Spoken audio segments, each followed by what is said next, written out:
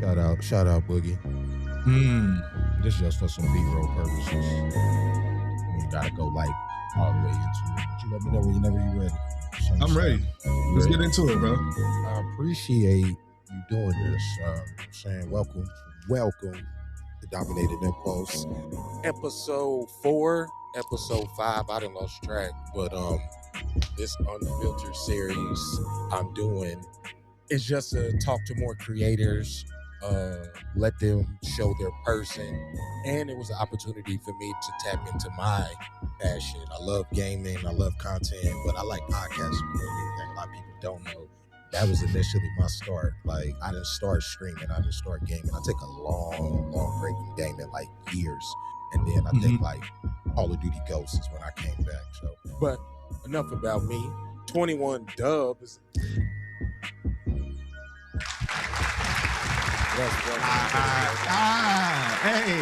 Hey, what's going on, man? What's going on? Every time I hear you do that, before we get into your intro, I'm a movie guy. Blank Man J5. No, not Blank Man J5. Jurassic Park. When Samuel Jackson is at the computer and they pop up and he like, that's not the magic word. Like, like every time I'm like, yeah, I'm like, that's where he got that from. But welcome. Hold on, fun fact. Before I give you that fun fact, cut your gain up just a tad bit more. My gain up? Right. Yeah, on your mic. Cut your gain up just a tad bit more. I got you. It must be the update. There we go. There you go. Yeah. So, so the person I got this from was he was on TikTok, Instagram a lot. I used to watch him from there. His name is Elite Life KD. He used to make those. He got his most popular meme was that I think that I'm Tom Cruise, and then he had the white face with the black shades on and shit. Yeah, like that. So that's where I got it from. It was his turn up series. He would always do the dancing, and then he'd be like And so I said, I love that shit. I gotta take it, bro. Yeah, that became more your theme than his. Damn near. You should bring it back in your hooks. Like that's what hook. That in the old days of TikTok, we could say that now. That's what hooked people to your videos. You know what I'm saying? I love it, bro. So yeah, that's right. That's really where that's the origin of that. And I believe he got that from Bobby Shmurda. So okay. Yeah, it was a lot of shit, bro. I'm telling you, I love it. Small world. Introduce the people to your name, yourself, your brand, your content, what you do. You know what I'm saying? Like, I've been rocking with you for some years, and you know, we've been communicating and cross paths and content and gaming and different things like that. So I just thought it was time. I gotta bring my man on the show. And not just like the stream, more just like I want to talk to the man, I want to talk to the person, because I do rock with a lot of your gaming knowledge. Your gaming content is really on point, and I like seeing it from people that look like us. You know what I'm saying? A lot of people us, don't bro. know I love it. This is still a space where we're the minority. You know what I'm saying? So we gotta work a little bit harder. But introduce yourself, my brother. So I am 2100. It's spelled DUBLOH, but that's just because I wanted to like be a little funky with the way that you say 00. Honestly, the origin to my name is basically the street area code I'm from, 2100 Nightingale, Stockton, California. Shout out. So that I'll just, from my city, a lot of the people that's known from there is like, it's extremely negative shit.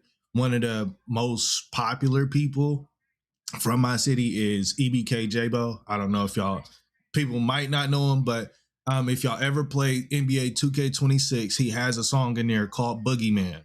So if y'all ever heard that song, that's he from my city. And then same city. I think Trap Lord Ross did a video about him, or he was like mentioned in a video about Stockton or something like that. And you feel me? So you got them, like all of them, they all like so most of them is from my hood, and my one of my older brothers, he's in that, he in that gang too. So I was just like, I said, they popping from the hood, and I'm like, I want the hood to be known for something a little more positive. So that's why I took the name. I said, you know what, we're gonna take the name, make it a little more positive. So when people say 2100 as the city, like I want you to really think of something a little more positive. But I'm a gaming content creator. I do a lot of reaction content. Well, I'm on TikTok, YouTube, a little bit of Instagram. I kind of don't really dabble with Instagram too much. I do more like re-uploads on there. But on I do a lot of reaction content, review content, and commentary. Um, trying to so and then when it comes to my like reaction content, I react to nothing but video games. I try to keep everything gaming centered, keep it in one bubble to just, keep the just keep everything nice and tidy. I don't like to try and branch out too much. I like to leave other aspects of the shit that I love around my life, like because I love fashion, I love music, but I kind of don't want to I don't want to have to make content on that all the time. You feel me? So Yeah. I would love to keep my other passions, out of the content creation space. So that's why I mainly stick with gaming with all of my stuff. So let's dive into that. That's a perfect segue into the heat of this. Mm-hmm. One of the reasons why I called this Impulse Unfiltered is because it was to whether it was traumatic or what I'm saying, it was just a more like you say positive memory. Everybody picks paths or has homages to do what they do. So what's one of the main inspirations or reasons that you fell in love with gaming? I ain't gonna lie. This is a positive one. My uncle Patrick, shout out to him. He was always a huge gamer growing up, and he put us on to a lot of games back in the day. He had a big ass um like a it was an album case, like an album wallet that you can flip through. He had like it was like about like 50 pages, and all of them was filled with games. And we played shit like if y'all know Mad TV, they had that Spy versus Spy like Yeah. TV show going on. So he had the video game for that. He had something called 99 Nights, which is a like a um Dynasty Warriors type game. He had we played Def Jam Fight for New York, SSX Tricky. We played Classics. like so we played he was very versatile with the games that he played. He got me into PC gaming early. He put me on to games like League of Legends, World of Warcraft, City of Heroes, and it's something else. But I'm not going too much bang on that. But yeah, my uncle Patrick, he put me onto a lot of video games. I was playing games since I was around like 7. So I was 7 years old. He put us onto the Dreamcast and on. What is one of the main reasons you feel like this is probably a two-parter.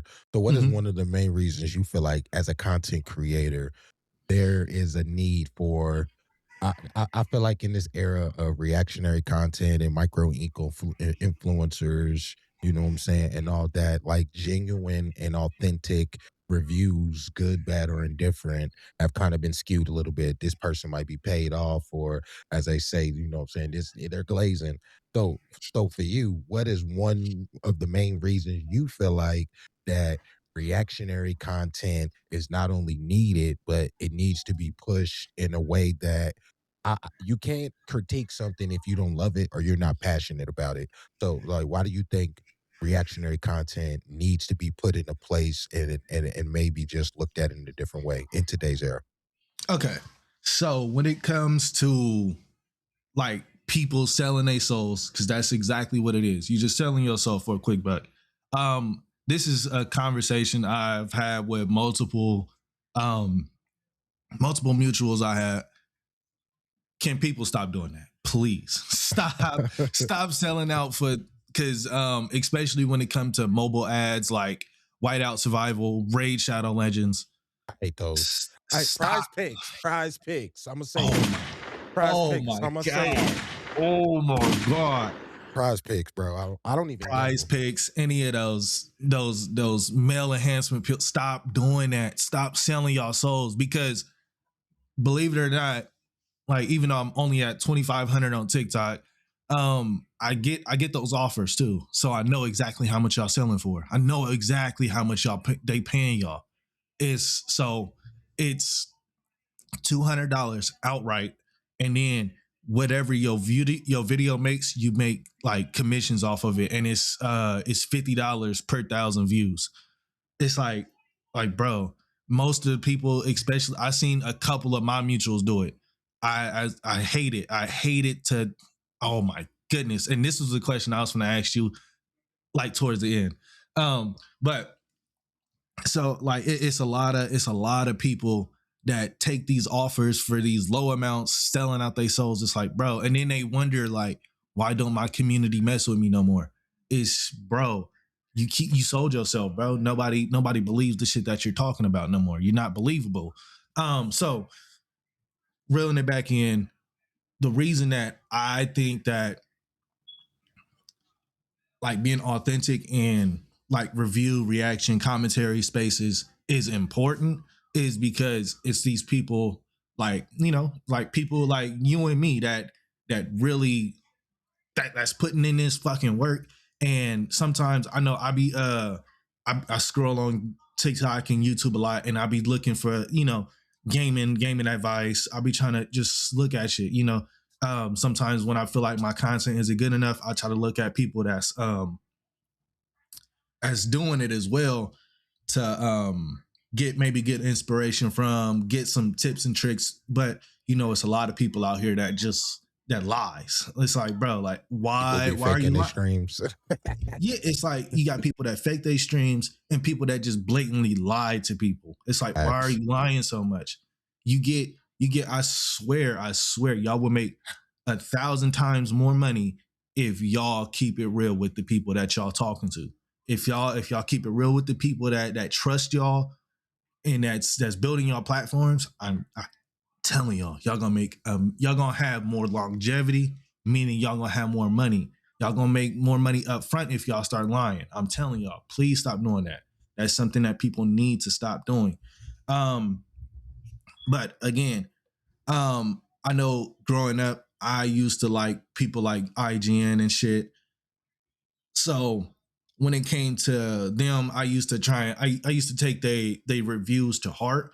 And then as I got older, I was like, you know what? Let me get my hand at it, because it be some games where they comment on it. I'm like, I think y'all just hating on the game. I just really just think that I think y'all got bought out by this. Like, recent memory, something similar to like Star Wars Outlaws.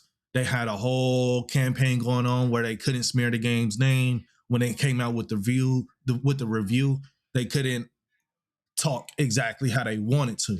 So most of the talking points were like kind of lukewarm when it came to like the negative stuff. So I'm like, bro, y'all gotta be lying. This game Well, is not. Go I ahead. think not to cut you off. I think with any Star Wars game going forward in a post Battlefront era, they're going to heavily vet any leaks and any reviews, because if we look at Fallen Order and Jedi Survivor, which are two phenomenal games, Mm-hmm. uh, I think that's just more of them protecting the IPs, Disney and Star Wars, more so than people or outright pay. Because, like, remember, Yeah. Battlefront 2 was thriving at one point late 2024 and parts of 2025, but in 2016 people rejected it, like, I'm not doing pay to play, the hell, like. But Mm-hmm. that's a different mindset and a different model now, you know what I'm saying? It's kids who have aged up, and they have the ability to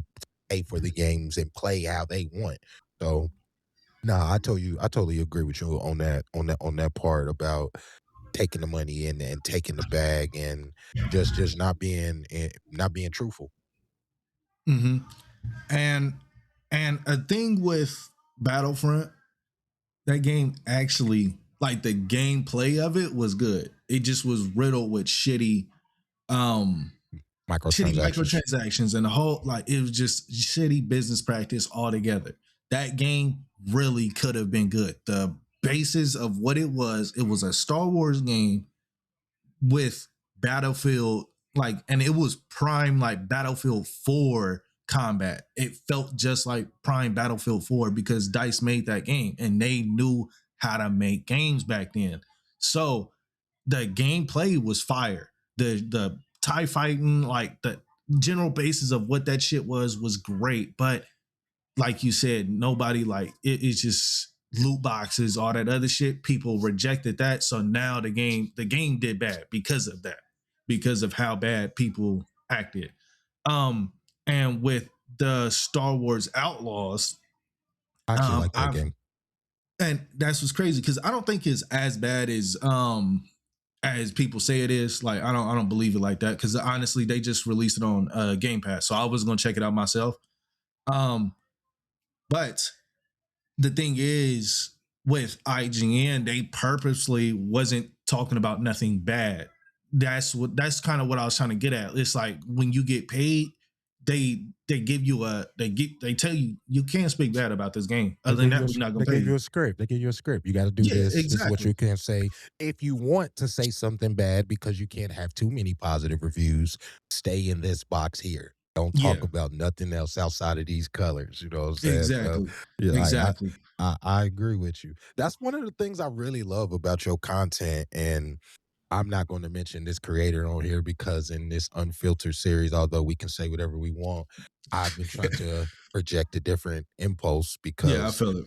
uh I I think people misunderstand me sometimes. So one of the reasons of And hold on, before you go on, that's why I don't speak on a lot of people too.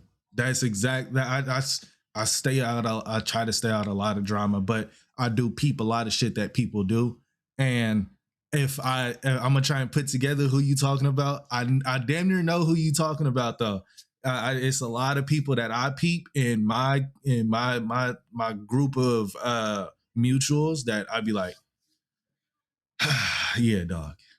I just feel like this series was supposed to be about something different. So Yeah, no go ahead. no hate to no other creator, but one of the things that I love about your content versus some of the other bigger creators who look like us is you don't shame what other gamers are doing. I always thought this whole thing of what we do, whether you're a streamer or you're just a heavy gamer, was about connection, conversations, camaraderie, you know, saying things like that. Mhm. Who do you who is your biggest collaboratory dream and who have you collaborated with that like you really thought was fire? Mm. Okay, so a collab dream. I want to say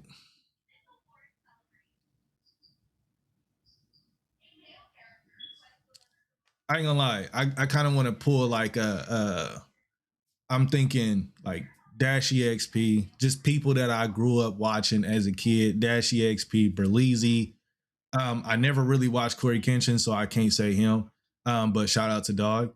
Who else is like I never really watched RDC growing up. I ain't watched them till I got older. So and then I would possibly have to say just finishing out with the mutuals that I've came up in the game with people like yourself, bro. Like people that I've gotten bigger with. And then I'm, that I've just been seeing that's been putting in that fucking work. Those the like my dream collaborations. Honestly, this year I've tasked myself to take on 3 more collaborations. And honestly, this was a surprise one. So I'm glad that you had me on.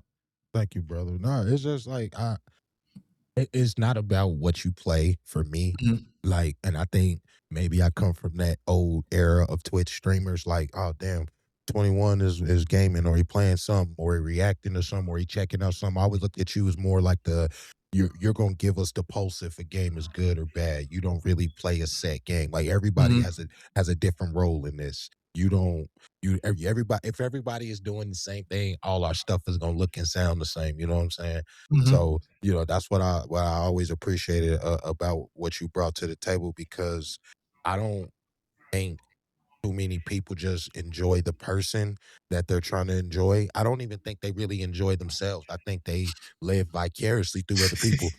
Like one of my creative homages is Joe Budden, Kanye Mhm. West, people like that, Wiz Khalifa, People that talk shit. Yeah.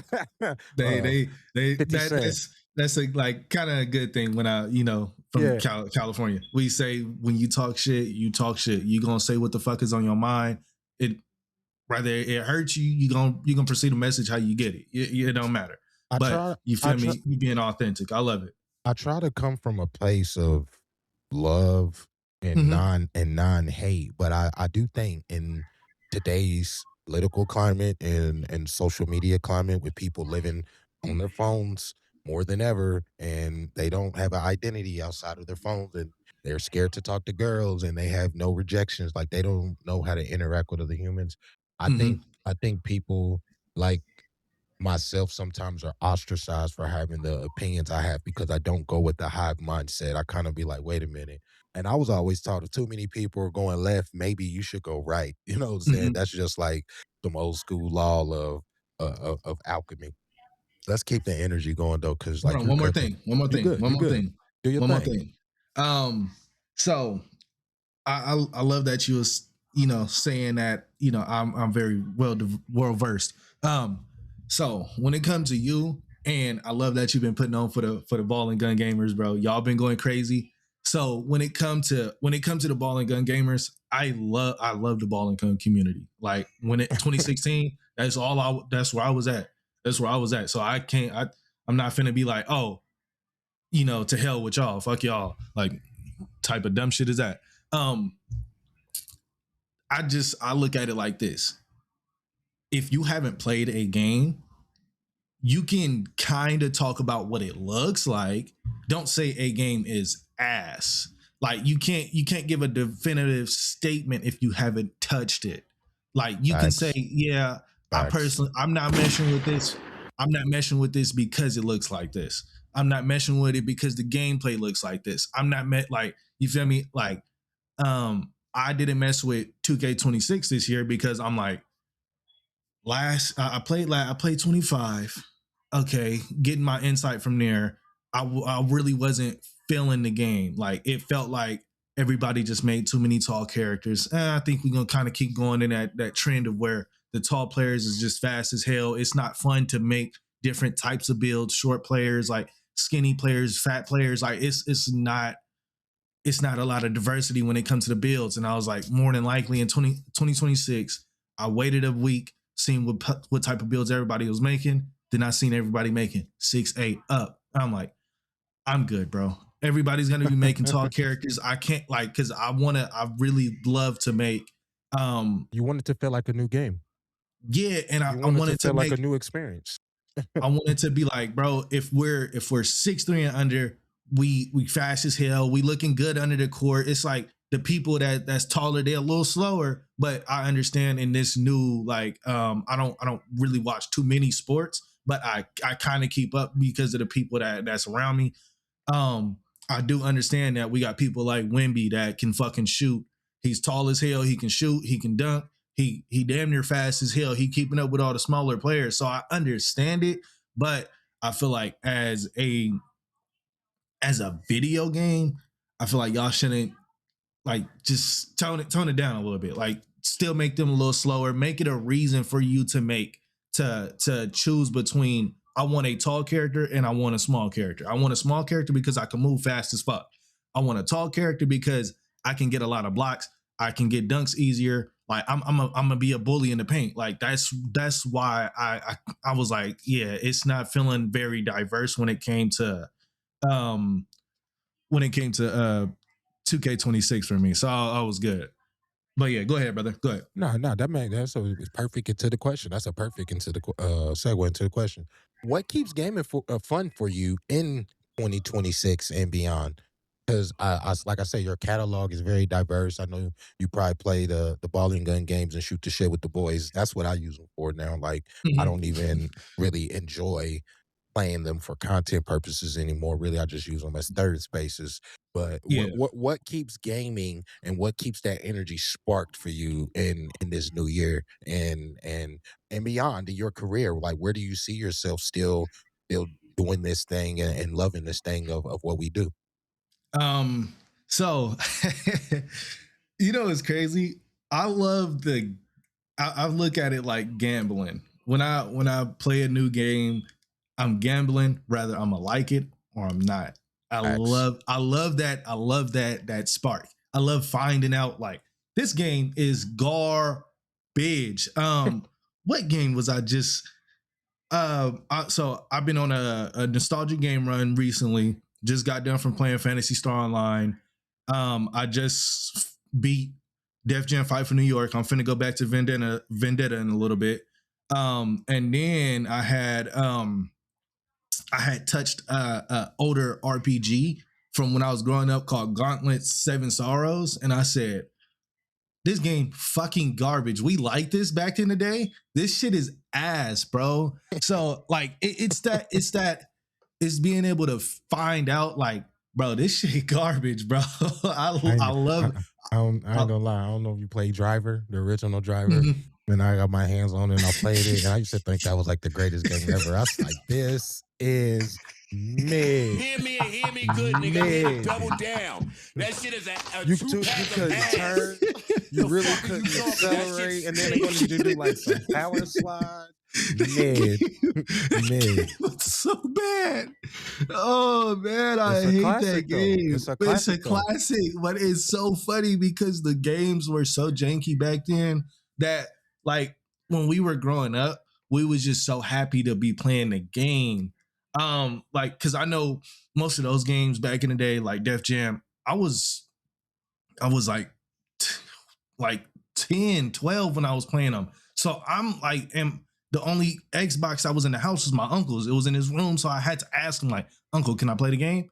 Oh, yeah. He'd be like, yeah, go ahead. So I'm playing whatever the fuck for 2 hours. Like, I'm just trying to get my 2 hours get a gaming worth. Like, I don't give a fuck if the game garbage or not. I'm just happy to be playing the game. Right. So that's that's what's hilarious. So we really like for me, I really was like when it comes to nostalgia for me, I was just like, bro, I was just happy to play the game. Fuck everything else. Like because I do know there were some good games. I know that a lot of them like was janky. Um, and to touch back on your question on where do I see myself in the future with the gaming shit.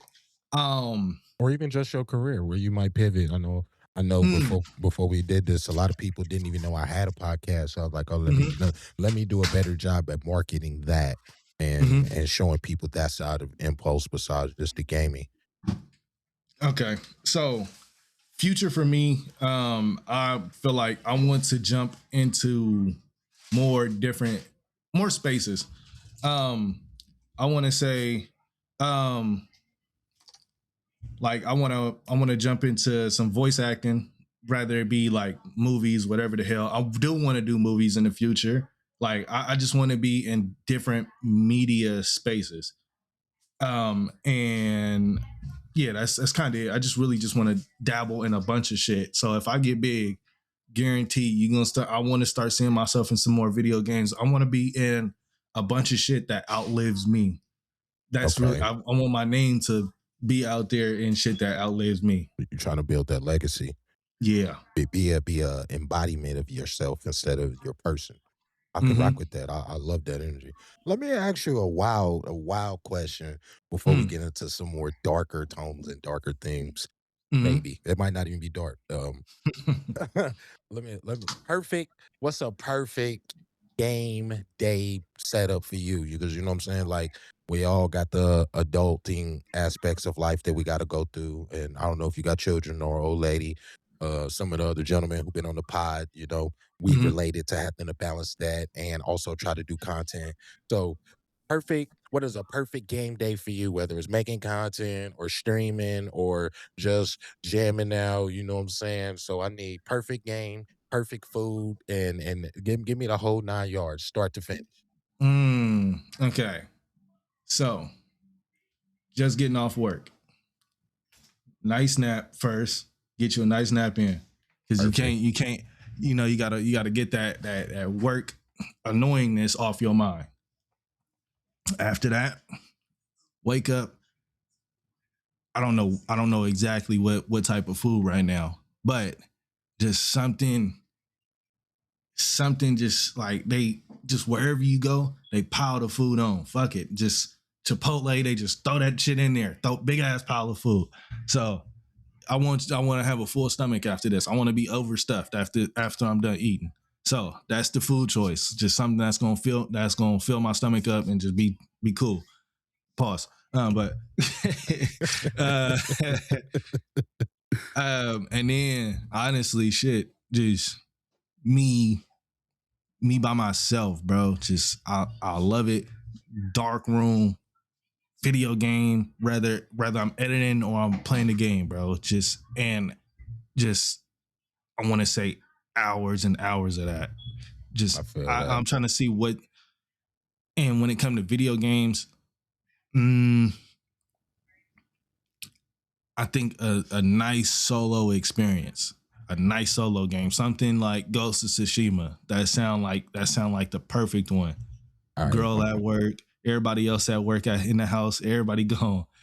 That's what I'm thinking. Yeah. All right. This is a right or wrong question. Okay. This is a right or wrong question, and then we'll dive into like maybe a serious one. Because you are, like I say, I look at you as an aficionado when it comes to these games. The Witcher 3 or God of War? Which one? You get one pick, one chance to walk into the store, and it's a major purchase. You ain't got no opportunity to purchase nothing else. Which one do you rock with?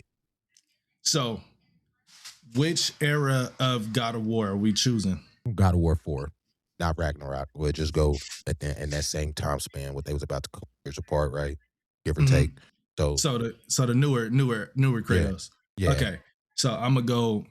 I'm gonna have to go God of War. I like The Witcher 3. The gameplay aspect of it is cool. I kind of like how people say Ubisoft open worlds were dead. That game had a dead open world. So it's just like I want a game to where I started, as I gotten older, I started loving linear experiences. So like, just if you just let me go to the game. I don't want to have to think too much. I want to think about the story more than where the hell I'm going. I hate getting lost in video games. That's one of the quickest ways for me to put a game down. Yeah, I'm done. I'm never touching this game again. I'm lost. I don't want to act like I don't even want to look up a YouTube video no more. I'm good. This shit is I'm done with this. I'm one of the few people, I still try to go old school. I try to figure it out. I might go a couple months and delete the game and come back to the game before I like, okay, let me go look up a YouTube or, you know what I'm saying, or Reddit post. Like, I real life still try to figure this out. Like, we didn't have that. You know what I'm saying? Like, you know what I'm saying? I think it was like Game Shark. It was a magazine called Tips and Tricks. And then I think it was like a little call line that you can call and they give you like the step-by-step little secret tidbits to figure it out, or if you wanted to do the Easter egg. But we didn't have YouTubers. I do understand how some people feel like that has ruined the gaming experience, but it's no different to somebody playing it and just telling you about it too. It's just, you know, more publicized. And then it's like, you know, people who used to have their older brothers come help them and like beat a game for them. It's like that's basically what you're doing right there. But you still got to play it. But they just walking you through whatever you got to do. And I feel like when I became a content creator and when I started reviewing games, and I had to like when it comes to YouTube, the early bird gets the worm at the end of the day. Whoever first gets those, you think that? You really believe that? They get the majority of the views. Like because once, you know, if you watch something, you just like, I don't need to watch nobody else. Why I need to watch somebody else? Like, unless they actually did like a deeper dive, like if they did something different, but most of the reviews on there, they kind of touch on the same exact shit. Like you kind Facts. of know exactly what people getting into. You only kind of Like the person. yeah, it's you just like, okay, this person like um so like there's somebody on YouTube I be watching a lot. It's called Death of a Game. He go through and explain why games die. Like he made videos on Anthem, all the older dead games. So he'll go through and that's kind of a different way to do review content. And then you got your normal reviewers that be like, oh, should you buy this game? Yes or no? And I feel like on YouTube right now, um, people initially look for the should you buy this or not? Like, do you like is this a game that's worth buying? So if you watch one of those, you didn't watch most 90% of them. Like it's not even worth trying to unless you can do something different with the production quality or you're funnier than somebody. It's kind of hard for YouTube to be like to push you out to more people because this topic already gone. See that? I can see that. Let's dive into the serious 21. The myth, the legend. Okay. Okay. If your life had a patch update in the last year, what quietly changed for the better for you? Mm, my patience.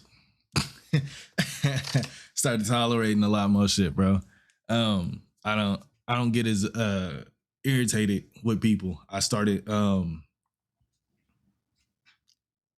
having to understand people more. Like some, like you said a little bit earlier, people don't use their phones as much. Like, people use their phones too much, and they don't use it to like do the shit that really matters. Learn. So Facts. I started like as I gotten older, I started realizing people are stupider than like they really supposed to be. It's a study. Like you can even Google it right now. I believe people like the average adult reads at a seventh grade um a seventh grade reading comprehension, and our kids are getting stupider, sadly.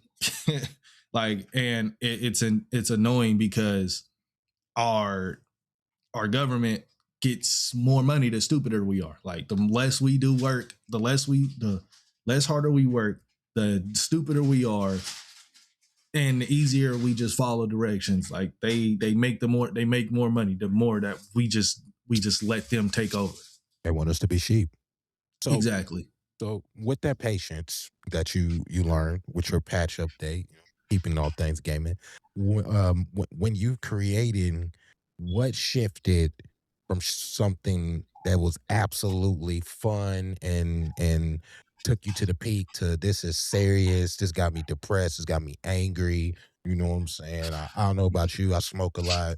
Sometimes my lady be like, I can tell when you stuck on a project, you start chain smoking and da da da. So with your patience, what was one thing that went from fun to serious, and how did you handle that? Mm, dealing with dealing with content creators, rather it be like talking to them or like just dealing with people on the internet. Period. Because some people they just they talk too much. So sometimes you got to be you got to check them. But I had to learn that these platforms don't like you, don't like negative people. You feel me? You can't be in too much drama. You feel me? Other than that, it's gonna mess up the brand at the end of the day. Um, which sucks. But um, I feel like I still love I still have a lot of fun when it comes to this. And then my patience helped me lock in and learn more editing styles and thumbnail styles with my content creation. So I feel like it was like a double positive when it came to my patience. I dig that. I dig that. What's a belief that you had 5 years ago that would totally embarrass you today? Mm,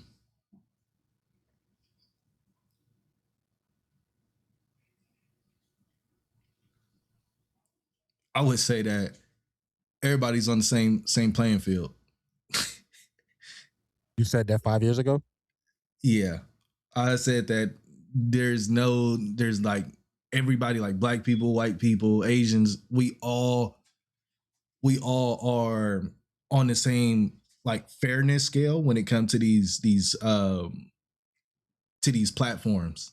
Like we don't have to, we can work the same amount and get the same results like 5 years ago. That's kind of started sounding a little racist.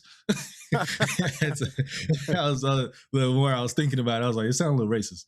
But so yeah, that everybody is on the same playing field when it came to these platforms pushing your content out. Like if you work the same amount as anybody else, they will push your content out the same. No, not at all. If I noticed that they push these white people up a little more, like everybody else outside of black people, they push them up. They give them a little more of a push than black people. Okay. I've kind of said that, you know what I'm saying? Like we was in the pre-pod and I was like, I have a growing theory and I think there's two internets and there's a little bit of the gray. But I really do think that because I always just randomly ask people, do you know who Nipsey Hussle is? Like if you didn't know he was a rapper, did you know who he is? We know who he is. But there's certain sides of the world that are seen for certain people. And I really genuinely believe you were shown certain things on the internet because you were supposed to see them. It's not. I don't totally buy into part of it is your algorithm, but the other part of it is they want you to see this because of your demo. It was like you remember that era of cell phones always asking your location, what you eating, what you doing, where you going, and then the phones just stopped doing that. Well, they collected enough data for, you know what I'm saying, predictability of behavior habits. So it's like it, it, it fed into my theory of there being two internets, and I kind of agree with you where certain people you get this high, and other people you just get pushed regardless. You know what I'm saying? So that that and that and I seen it in like business spaces. There's okay. like shit. Actually, let me talk about the YouTube shit again. So Corey Kenshin, and then you got fucking Markiplier when he was going through that copyright strike shit when it came to his video got taken down, and then he seen that like Markiplier video was still up, which is a white creator, and they both had the same footage in there that got them both that would have got both videos taken down, but only Corey Kenshin's video got taken down at that time. It took them months to actually take Markiplier's video down after Corey Kenshin pointed out. Yeah, after Corey Kenshin pointed it out, was like, hey, this isn't his video though. Like, so like what's going on? Like, is it because you feel me? Like, is it because I'm black? Like, what's going on here? So then they took both of them down. Then they said, oh, never mind, y'all good, go ahead. Like, you feel me? After Corey Kenshin brought up the race thing, they put him back up there, and it was like, nah, y'all keep him now. Y'all good, go ahead. My fault. Just take that part out. Like it's a lot of shit when it comes to like even like business opportunities for black people. It's a little more difficult because if you don't look a certain way, if you're not that stereotypical nerdy black dude, that Uncle Tom, you're not finna see that. I think that's for me because you brought bars. Everything you just said is bars. For me, that's one of the reasons I stopped playing Madden. I'm locked into a demographic, and they're only gonna see this demographic. Has 75% of the league already looks like this, so they think that I should be marketed to a certain way. But yeah, I do understand what you're saying. A lot of people don't see it that way. This ain't even the games or what you playing. Like this is big business. This is conglomeracy. This is return of interest and investments. And these decisions aren't even made from a creator's aspect anymore. Is I gave this studio $10 billion. I should be getting 15 plus back or more. You know what I'm saying? So you speak in bars, and I don't think a lot of people even see it like that. Me and you both work really, really hard in our content, and we always try to make it better. And I don't even look at it as complaining anymore. I just think some people just don't understand, and I don't Yeah, explain. it is what it is, bro. I just don't know explain. So, your community, how has it Mhm. shaped you? How has it motivated you? How has it even give me a time where like they uplifted you? You know, like we all have those moments where the motivation isn't there, and hey, man, I don't want to say, hey, I got to stream again. When has your community picked you up to continue marching, continue moving? Um, One thing I did notice about my community that I really enjoy is that I know, like, when it comes to like every single video, I know that they're not gonna pop up. But when I need them, no, when I need them, they there. I said I can count on them every single time. When I'm feeling, when I make, when I recently just made a video like the beginning of this year talking about like, bro, I've been slacking. I need to get back onto it. They in the comments telling me, we can't wait to see you get back. We waiting for you. Bring your ass back. We watching. They might not like every single thing, share every single thing, comment on every single thing, which I understand now because I don't fucking do the same thing. Like they're they're the exact thing of me. I had to reflect on myself. I was like, I don't like every single person's post. I don't share, comment, stuff like that. But I'm near when I need to be. Um, It looks at you so as a bot if you like too many posts in a day anyway. So you can't yeah. even if you wanted to. Mm. See, I didn't even notice that. Yeah, you could like that. Think they'll flag like Instagram does it. I don't know if YouTube does it, but I know TikTok and Instagram will flag you as a bot if you like too many posts in a day. But you can Mm. upload as many as you want in a day. It's just like don't like too much because then it's Yeah. people faking their streams. Nah, that's insane. So yeah, that's one of the ways. And then yeah, just me knowing them, like knowing that they gonna be there every time, it really keeps me being like, you know what? Let me work a little harder to make sure that they get the best experience whenever they do pop up. Whenever they hear, I want to make sure that they get the best of me. You feel me? I don't ever want to give them bullshit at this point because I know like when I need them, they gonna be there for sure. So I want to make sure that my people's is fed every time. I've been asking all the creators who've been doing this series, how do they feel about mental health? What is your hill you're gonna die on that every streamer that have this level of mental health? I mean, it's your opinion, of course, but Mhm. what is your perspective on that from streamers? Because there's some people who've transitioned who are not here anymore that we used to see on our timelines. There's some people who might watch this and are quietly going through it themselves. So how do you see the mental health aspect of being a streamer content creator? Um, it's tough, especially when you stock when you stockpiling the numbers of becoming a content creator on top of this shit. So like you dealing with work stress, life stress, shit going on at home. You already got like that shit already difficult as hell.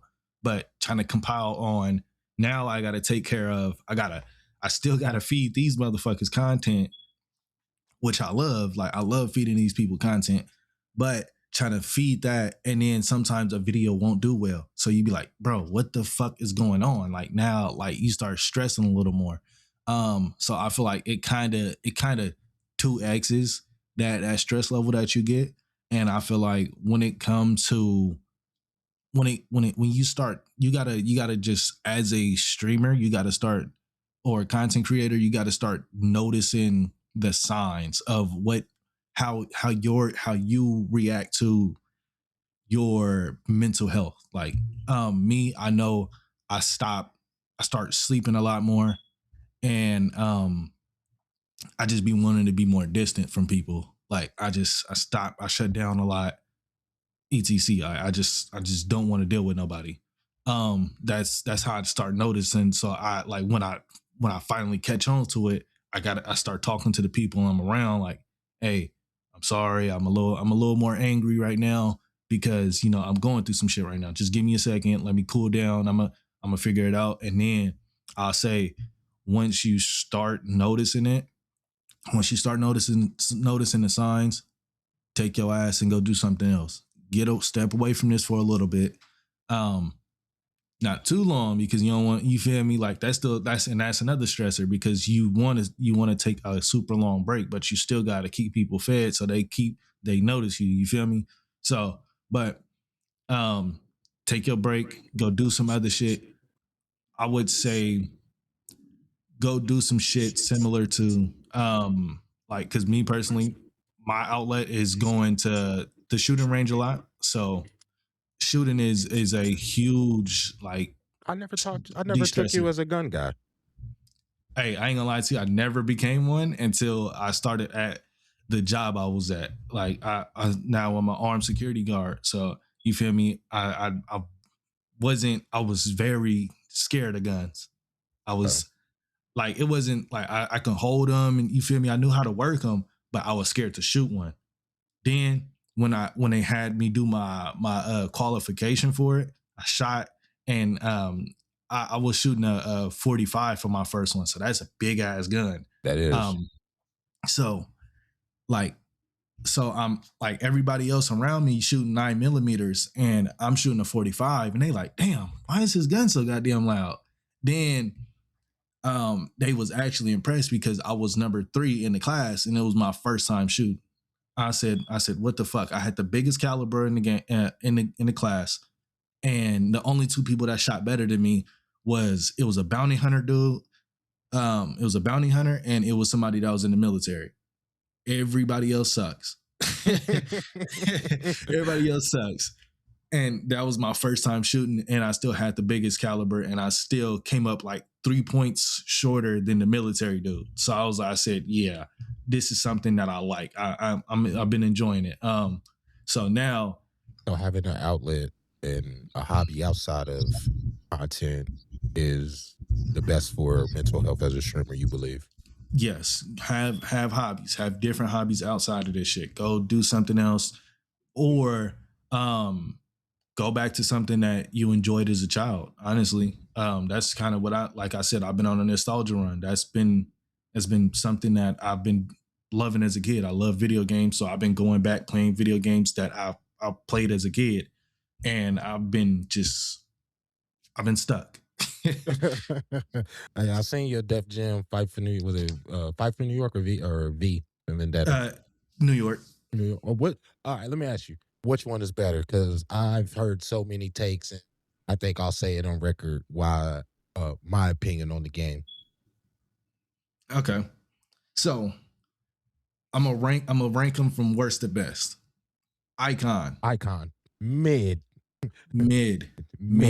Everybody play that 2-pack's ass real quick. Play that 2-pack's ass. Hear me good, nigga. I'm here to double down. That shit is a 2-pack of ass. That's like that Dragon Ball. That's like that Dragon Ball GT. We don't even mention that, bro.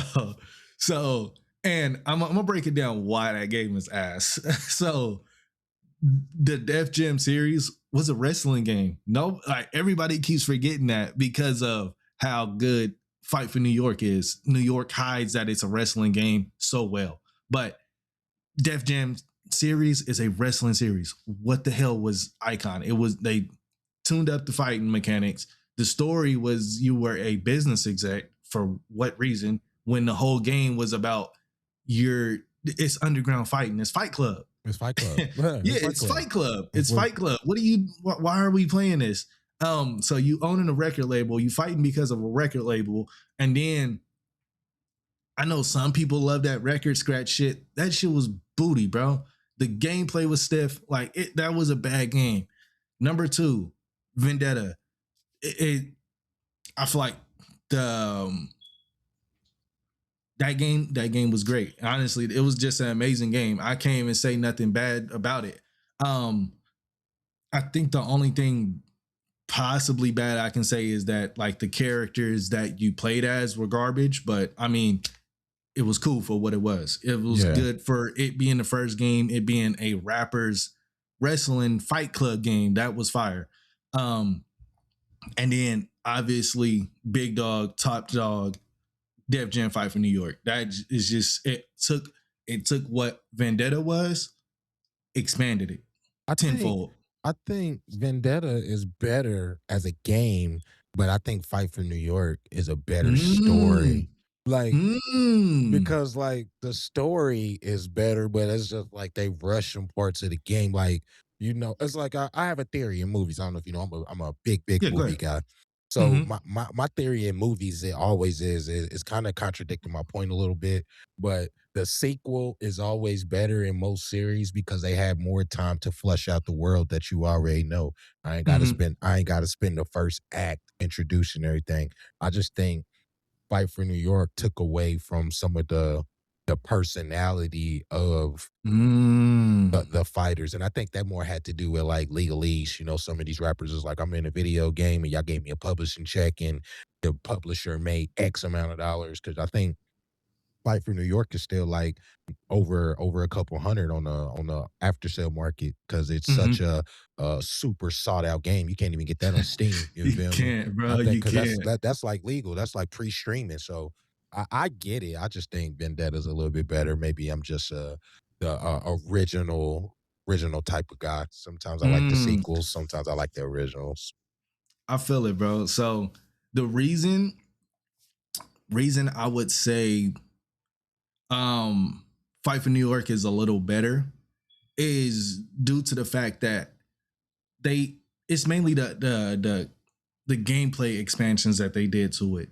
Because when it came to Vendetta, you had to knock down a health bar, and then the only way that you can knock them out is by doing your special. So if both of y'all life bars is low and y'all just keep whooping the hell out of each other, nobody special gauge is going up. Y'all not gonna knock nobody out. So I like that Fight for New York said, you know what, we're gonna expand it. You can use the walls, knock people out with that. You can use some like certain fighting styles. You can use and like More of the if weapons too. yeah, you More of got the weapons. weapons. Like they really took a lot of a lot of wrestling aspects, added them into the game, and they I said think that game also came out peak in between that run where WWE was on that SmackDown versus Raw run. I think a couple of those they devs worked at the same company or they probably was friends. mhm. I ain't gonna lie. Gaming was cool before it was cool. You had Gaming real was cool before it was cool. you had real actors in the games as voice actors, you know what I'm saying? Mhm. You had real music. It wasn't all AI, which I'm not a hater of AI by any means, I'm but I'm it's kind just of like indifferent. It just it's depends on what you're using it for. it's what you I look at AI like a calculator. How are you using it, what you're using it for. So Mhm. no, I agree with that. That is one of the most iconic, I think most black gamers, hell, fucking Mhm. gamers. If you're a gamer, Gamers. you cannot say you didn't rock with the Def Jam series. But my other hot take on that is I think fighting games are ass. I know you've seen me say that before, but I personally think for all the hate that us ball and shoot gamers get, Madden takes no skill. Call of Duty is the same. There's really no difference between Tekken, Mortal Kombat, D&D, Duel, keep naming the fighting games, Street Fighter, and Nothing I changes. just named the top ones. There's so many fighting games, but y'all do the same blocking, same mechanics. Y'all might switch this button from this button. I get it's just like one of the things that every single shooter I finally understand why you can't kill Call of Duty and why Modern Warfare 4 probably is one of the greatest games ever made. I seen your video on the Act Man. I haven't watched this project. I usually watch all his projects, but this is Mhm. what I know and why Call of Duty you can't beat it. They introduced one of the greatest mechanics ever in gaming. It's faster to switch than to reload. It don't matter if I'm playing Doom. It don't That matter if I'm playing Battlefield. It don't matter what shooter I'm playing. I'm always switching my weapon before I'm reloading. Call of Duty gave y'all that. You know you what know I'm what's saying? crazy? Speaking of Ackman, he just dropped the Modern Warfare 1 review that he did. He talked about they implemented the faster switching. They implemented the perk system. So most games that do perks now is Call of Duty. Call of Duty. The XP progression, Call of Duty did that first. Most of the level unlocks, Call of Duty did it first. Like they took a lot of shit from they looked at RPG games. Like they really did from it's a YouTuber named Ludwig. He called this method he called it the yoink and twist. You look at like other avenues of like the space that you in. So in this instance, this was game devs and gaming spaces. They looked at RPG games, they looked at strategy games and said, we're gonna take all of these aspects and put them into a shooting game. And now Call of Duty, that's really why Call of Duty can't be stopped right now, because they pioneered a lot of the shit that's in almost every video game now. Big facts. I feel like I've said this many a times. I think you've seen me say this a lot. There's two things I think were Thanos snaps of the world, and it affected so many sectors of the world. People don't want to believe it. I think I think the success of TikTok, the original TikTok, and them 30 seconds to a minute clips, and I think the Fortnite Battle Pass changed the world. One, the attention span of the world changed. Instagram didn't have reels, YouTube didn't have reels, Facebook didn't have reels, Not at all. Snapchat didn't have reels. Short form content was mastered by TikTok. That's one of the things I think changed the world. And I think that Fortnite Battle Pass, because Fortnite was a free game. So now they it's like Call of Duty. I basically built all y'all games for y'all based on what I didn't master. And then Fortnite came and said, hold my beer. So I kind of sometimes like the changing of the guard down. Extraction shooters kind of got they shine right now. What you think is next in this game? Are sports games ever gonna become peak again? 2-part question. What's next as sports games revive themselves? We're gonna start off with the sports games. Okay.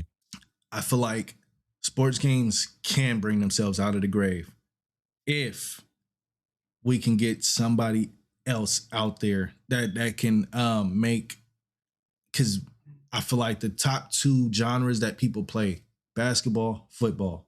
If people can make a good football or basketball game, I feel like EA can turn it up after that. Like if they can get just a little bit of competition, I feel like those genres can revive themselves.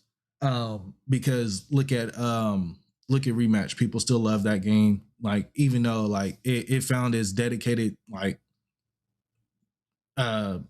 community. Yeah. So like honestly, it as of right now, if you look at the numbers, they kind of low, but that's because it found its core community now. And honestly, they love that goddamn game.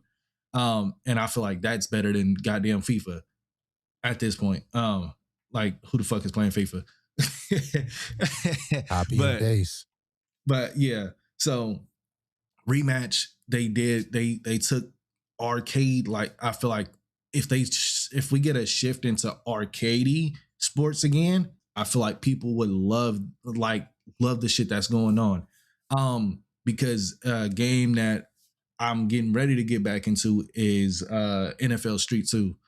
So classic. And looking at all of the content that was in that game, like the controls in that game was janky a little bit, but that's because it's an older game. So if we had modern day Madden mechanics in that game. Well, a lot of people don't know this either. You didn't even get a turbo button. I'm a heavy Madden player, you know this. You didn't even get a turbo button until NFL Street 2. Yep. See? So the subgenre of games is always so fascinating to me. Like you say, it's like the yoink and switch. And they make your main game better. I'd also think, like in the FIFA case, the FC Soccer, I think it's called now. I think they've killed damn near every EA game that's live service. That's Madden, that's FC, that's Apex, that's Battlefield. Wow, EA got a lot of games. Maybe got a lot of games. Maybe they not losing. But see, and that's because soccer / football is the biggest sport in the world. Almost everybody else plays that outside of America. America is national, is the NFL. Like that's America's biggest sport, but everywhere else it's soccer. So that's the only reason why that game is still doing pretty good. And I feel like with the arcadey nature of Rematch, I hope that EA takes a little bit of like inspiration from that and be like, hey, let's switch up some of these game modes. Like, even if y'all want to keep the core game, FC, like, or FIFA, y'all can give us side game modes where we're in a box and we could kick shit off the walls. That shit will probably be fired. Like, I feel like that's why NFL Street is so like fun in my memory, because we had Crush the Carrier, we had Three Flags Up, we had so many other game modes outside of the normal quick play shit, and outside Franchise. of, yeah, it's just we had so much shit outside of that. We had the creative character. Like, I feel like if they bring some of that shit back, that I feel like Madden can really bring itself back. I dig it. So, what do you feel like is the next wave? Extract shooters, maybe in the next BR.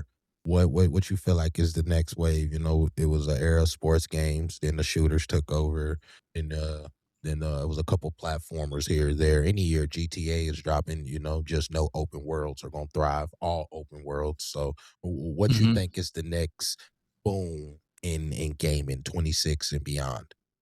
I want to say for this year, for sure, I'm starting to see extraction shooters like low key die.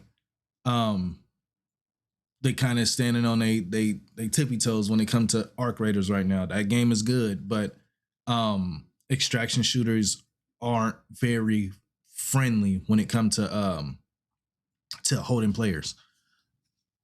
So I feel like let me Marathon looks good.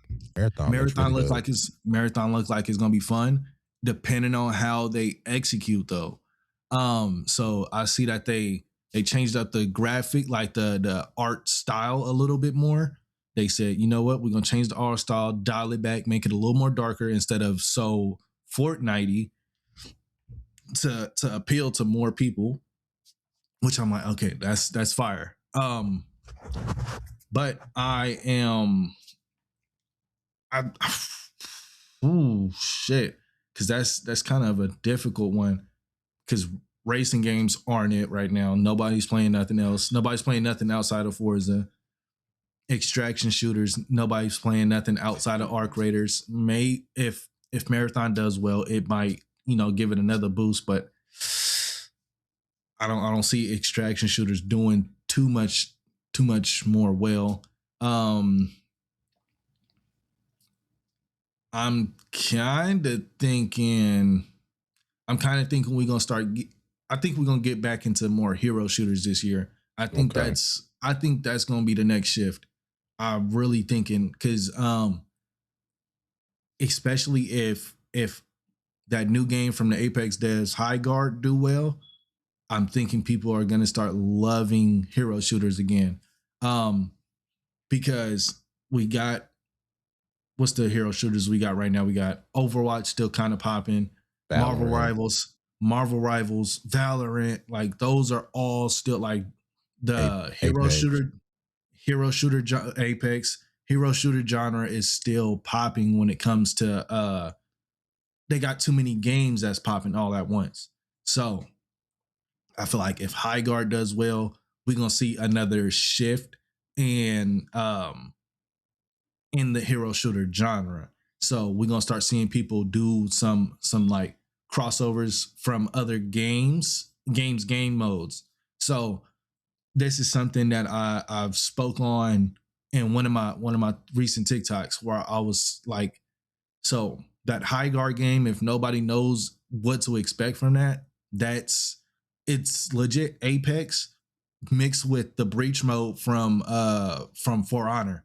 If y'all know what that one is, that's the one where you got to break into the castle and then you get to the end, you got to take out the boss. That's exactly what that game, what High Guard is gonna be playing like. You gotta so first round, y'all gonna be fighting over a sword, and then that sword, that whoever catches it, it's like it starts off as capture the flag. That flag being that sword that you're gonna be using to break into the castle of the other person.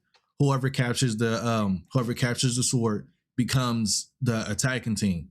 So once you become the attacking team, you got to get over there. You got to put the sword into their force field, break the force field, and then it's multiple generators in that god damn it, it's multiple generators in that castle that you got to blow up. So it becomes search and destroy after the breach mode. So you got to breach into their castle, and then it becomes search and destroy.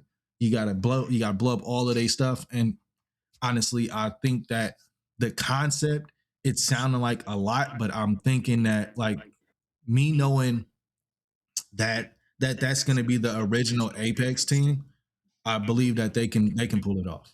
The only thing I think I really heard from it was like your videos. I think I seen a couple other people talk about it.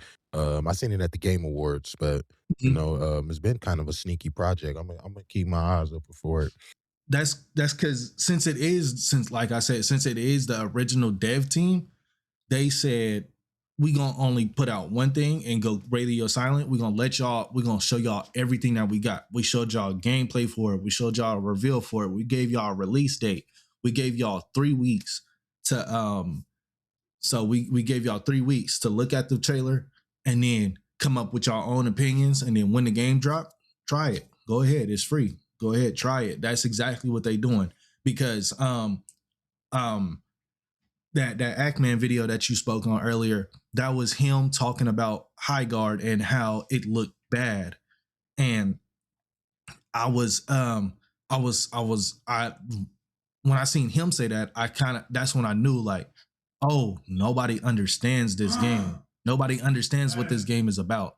And then he was talking about, he said them putting out a trailer during the Game Awards and going radio silent was a bad, god damn, was a bad move, was a bad marketing move. And I said, bro, if y'all don't know, Apex did the same shit. Apex Legends, when it first dropped, they had no trailers at all. They just dropped the reveal trailer. They just dropped. I don't even remember that. I just said, hey, yo, new BR, you feel me? Da-da-da-da-da. We got Ninja Day in it. I think Ninja is the reason people played Apex, and then the people who stayed. But that's remember how I seen them roll it out. We gave this dude a milli to play our game, the Fortnite guy. I'm telling you, bro, they, like, when that game first dropped, the same day that it dropped, they dropped the launch trailer, and that had the same exact shit High Guard had. Release date, gameplay, reveal. That's all they did. And they said, here y'all go. Go play the game. We ain't even gonna say nothing else about it. We're not gonna talk about it. Like, and then for the first 3 months, they didn't say nothing else about the game. They didn't explain what type of game it was. They just said, go play it. Go play it. Go ahead. When it drops, when y'all get the chance to, it's a free game. Go try it out. Go have y'all fun. I might have to put it on a list and check it out. So that's a game that I don't know if it's gonna be like a certified banger. Like, as I'm looking at it, like, it still looked like it got too much going on. But I do think that I don't think it's gonna be as bad as everybody's saying. Gotcha. Last couple questions. Mm-hmm. The closer. A game, a movie, or a character that has stuck with you about your whole life? A game, I would have to say,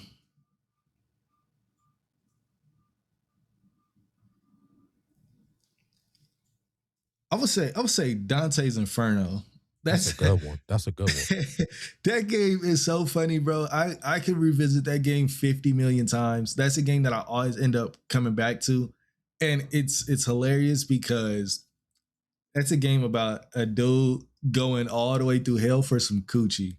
He said, you know what? I'm finna go through all this bullshit for some coochie. I don't know nobody that would have did that. That's a next level of simping. That's crazy. Wow, he said that's next level simping. When it comes to a movie, I would probably say The Lion King. Classic. It's just a big ass movie, a tragedy, and just growing up and just like it's just having fun, bro. One could say it's the greatest coming of age story, or one of them. Telling you, amazing fucking story. And then a character. Mm, a character. I'll probably say Dante from Devil May Cry. I was just about to play that a couple of weeks ago. I like Devil May Cry. I love how cocky he is, and that the only person that's really rivaling him is his brother. I like that. I like it. I like your combinations. I like your list. Are you an anime guy? I love anime. Who's your favorite character? This is how I gauge people a little bit. Yeah.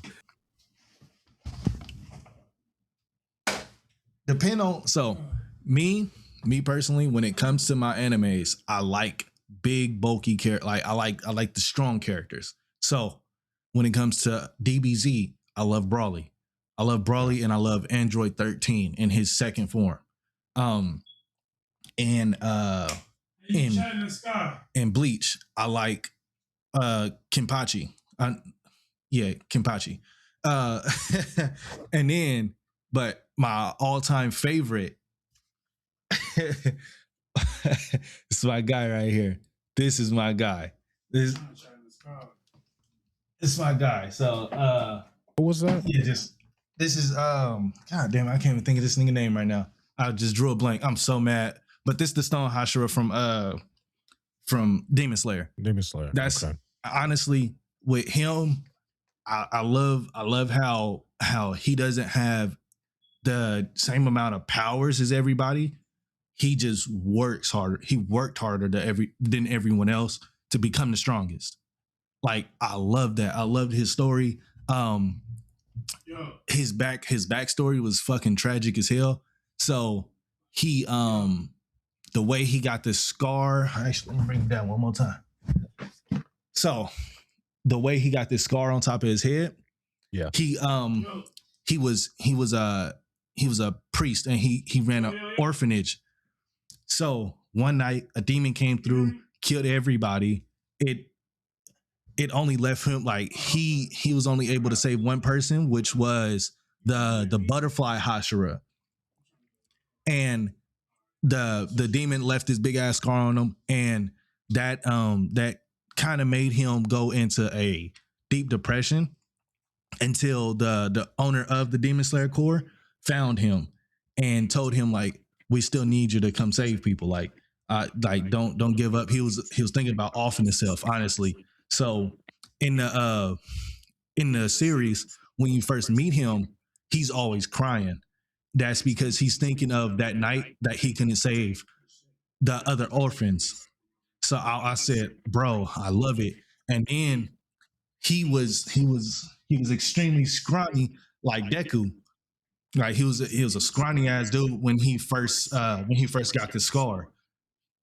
So him, like, after seeing him in the training arc before the movies, the last movies that's coming out, yeah, he started he was like, you seen him pushing boulders and punching boulders and shit. I said, bro, that's a strong ass dude. And like, cause all the other Hashiras, you got the snake one, you got the mist one, like all of them actually got like sort of special abilities.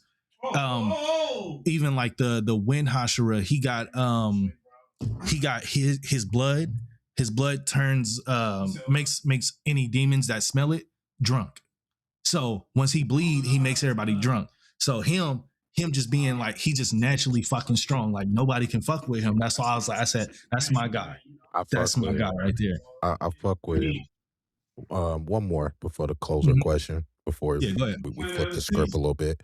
When you vibing out, when you editing, you know what I'm saying? Whenever you just setting a mood of peace, you know, good vibes and good energy. What's one style of music? What's one genre? What's artist that you might gravitate towards? Okay. So when it comes to me listening to music, it's very different between what I'm doing. So when I'm gaming or content creating, I listen to simple lo-fi shit that I don't have to focus on. Shit that's gonna calm me down and keep me focused on what the hell I'm doing. when I'm out and about, regular listening to anything, like, you know, so I love a huge variety. My main two genres are rap, hip hop, like rap slash hip hop. I'm gonna put those in the same bucket right now, and R&B. Specifically female R&B. I love female R&B. I just love it. I love to think that I can sing when I really can't. um, but and then, you know, it's a lot of people that'll be playing like country music and don't think that I know it. Like I know country music. I love country music. I love some country music.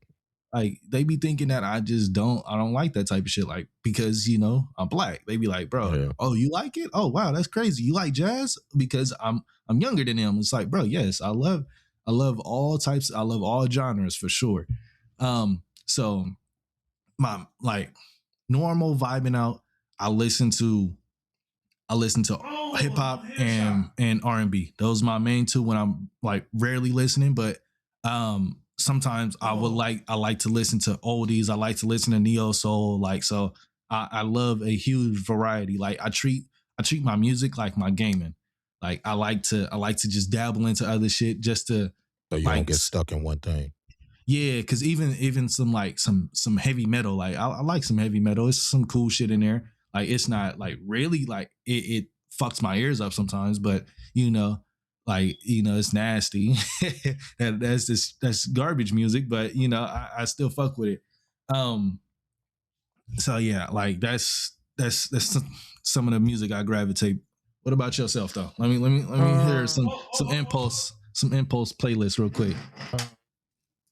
Well, I've been thinking music in the last couple of years been trash, but a lot of Drake, a lot of J. Cole, Ye, but mostly I've turned off the music a lot. I've been doing a lot of lo-fis, a lot of podcasts, a lot of documentaries. You know what I'm saying? I've been trying to feed my brain different skill sets to make my content better. Because I do believe in one thing that maybe not a lot of content creators like really think about. You are what you consume. So I love Power. I love 50 Cent. One of my creative pillars. But I always don't want to see what I call black trauma porn. I don't want to always see gang life or I hate that shit. I hate it, bro. And it's not that the people are bad or the productions are bad, but it's like I can tell you how this story, like, so I've kind of even stepped back from really since Snowfall probably ended. It's like, all right, anybody else try to do this story, we know how it's going to end. It's just the same story. But that kind of feeds into the closer. So every time I do this show, a lot of people really don't know me or my person. So I give my guests the opportunity to ask me anything on the planet, anything personal, anything business wise. Ask me anything that you will want to know that maybe you know your audience has asked you. You know what I'm saying? Like, what's up with your man? So the floor is yours, sir. I got the perfect question. Cause I want to know how much Impulse can be bought out for. So let's say you take over Mr. Beast's life. So you're dominating Impulse, but you meet Mr. Beast numbers. You got his fan club, people that love you to death. You gonna like guarantee you drop, even if you drop trash today, you gonna touch 1 million views. So wait, you put me on the spot. Hold on. So let's say this. A game company, let's say Whiteout Survival, they come up to you. They tell you, hey, we want you to sponsor our video, our game. Just a full dedicated video, you know, 5-10 minutes. But the caveat is you're gonna lose all your followers, like your career over after this one video. So yo, Mr. Beast number's gone. How much can they buy you out for? What's the number? What's the number they got? I ain't touched the bag like some of the other people who said this, but I do believe I could start all this over and still be successful tomorrow. So, hold on. One more, my bad. So you make this video, your career, your content career is over. Like, okay, so we done forever. you're done. Like nothing else. Like, so you got a one and done. So what's that number? 10 million. 10 million? 10 million. I can go start and do something else. You know what I'm saying? 10 million ain't. I ain't too greedy. That'll give me more time to spend with my family. That'll give me more time to spend with my son. That'll give me a little put up money. That'll give me a little money to invest with maybe my friends or something else that I really want to do. You know what I'm saying? You kick one door down to get to the next. So I'll say 10 million. You know, I ain't a really greedy dude. All right, let me answer it for you real quick. Let me answer that question. So I did the research on like his average numbers, talking about like seeing how much money he usually makes a month. He makes roughly around 10 million a month off of like if he usually posts like once a week, etc. Some shit like that. I think last time I seen it, he made $10 million in 1 month. So I said, instead of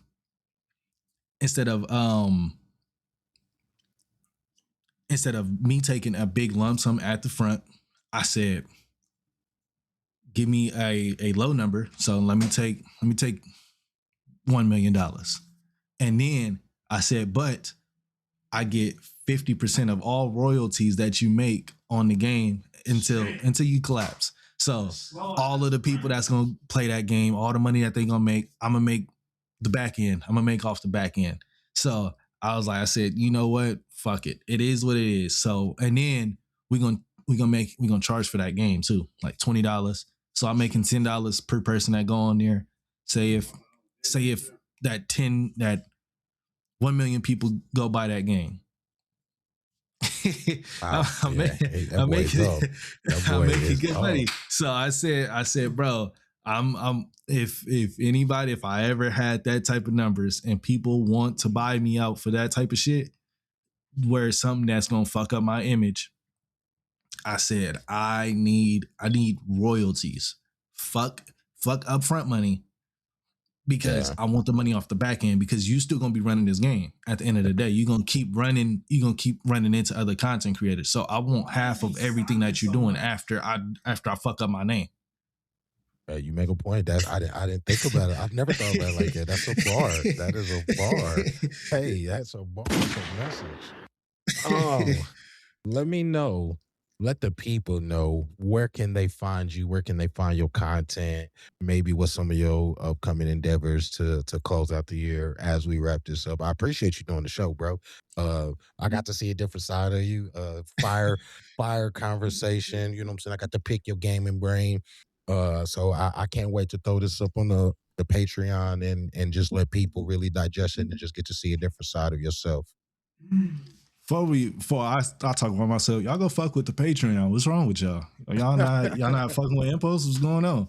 Like, come on, he dropping fire over here. But so y'all can find me on Instagram, TikTok, YouTube. I'm thinking about making another TikTok page, but that's in the future. So every platform, 21DUBLOH. 2100. You can find me on every platform under that same shit. I do reaction content, review content, commentary. Honestly, I try to I want to create a dope ass community of motherfuckers that do dope ass shit. We don't all have to be gamers. I want to have people that fucking do fishing content. You feel me? I just want a whole bunch of content creators to come together and do shit, bro. That's the type of community I want to breed. We don't deal with none of that other weird shit. If you motherfuckers in the comments talking weird, doing too much weird shit, we're just gonna simply block you, delete that fucking comment, go about our goddamn day. Yeah, motherfuckers don't think that we're not doing that. We don't even acknowledge trolls in 2026. We might. I ain't gonna lie, back in the day, I used to make them videos where I used to be trolling people, bro. I ain't gonna lie, I used to be a huge troll. I got a warning that led to a strike now. But I got a warning on my TikTok account because I was trolling the motherfucker. So he was talking shit about my content, and then I made a video where where basically the video I said and then it was the sound of a plunger going off in the water. It was hilarious. It was so funny. You know you can't even say certain stuff on there, let alone do stuff like that. You're getting copyrighted. It was funny, bro. I ain't gonna lie to you. I love it. And then I had somebody else come through talk about me. He was trying to he was saying something. I think he called me a hard R or something, some weird shit. So I went to his account. I talked about his ugly ass wife and his ugly ass kid. Oh, wow. Yeah, him. That'll set it off. That'll do it. Bro, I used to be a huge troll, bro. I used to talk about people's grandmas. I used to be so disrespectful, bro. I ain't gonna lie to you. We'll do it. If they had dead people, I disrespect they dead people. Fuck them. Bitch. Bitch. Hey, we got any closing remarks? We got any closing remarks? My man was wild. Closing remarks. Shout out to my nigga Dominating. He came through. He gave a fire ass interview, like podcast. This dopest person I fucking know right now. My nigga be making great ass content. I don't know why. They be hoeing him on the TikTok. Shout out to him, bro. He be going crazy. Keep going crazy. Keep doing the shit that you're doing. Keep putting on for the ball and gun gamers. Appreciate that. And then for all the other ball and gun gamers, actually, if you're a gamer in general, shut the fuck up if you don't know what the fuck you're talking about. All right, just shut the fuck up. Just shut up. Simple. All right, but yeah, my name is Double O, and I am out. I appreciate you, brother. That was a good one.